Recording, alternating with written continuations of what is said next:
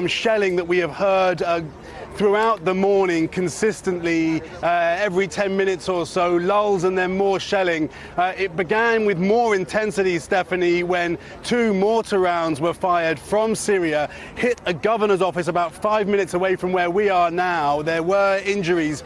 Turkey responding viciously, it appears, with these shells that have landed from south to east. As you can see, the UN refugee agency saying that inside Syria there, tens of thousands of civilians are fleeing, Stephanie. But what you are looking at here is literally what happens when the Americans remove themselves from the landscape, because here at Tel Abiad there was an American observation point. Very few forces there, but they moved out, of course, and now what you're seeing is Turkey moving in. We've seen armoured personnel carriers moving across into the Syrian territory there. We've seen what looks like Turkish forces moving among the roads inside Syria. Day of Turkey's shock and awe campaign. I saw Turkish artillery and planes bombarding the Syrian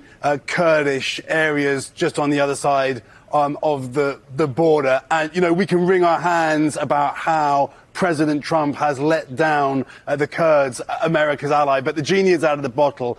This now has a momentum. We did see some pushback from the Kurds, mortars being fired. They did kill some people here on the Turkish side, and actually one mortar flew right over us, right over our team's head, and landed in a field close by, which is the point at which we decided to move away from that place. But, you know, that is not the kind of retaliation that is, I think, going to have a huge impact. Mortars aren't much against Turkish F-16s. And to continue the analogy, I mean, I think the real question comes when Turkey properly moves a ground force into the area. They say they've taken 11 villages. That isn't much so far. As we know from history, it's the ground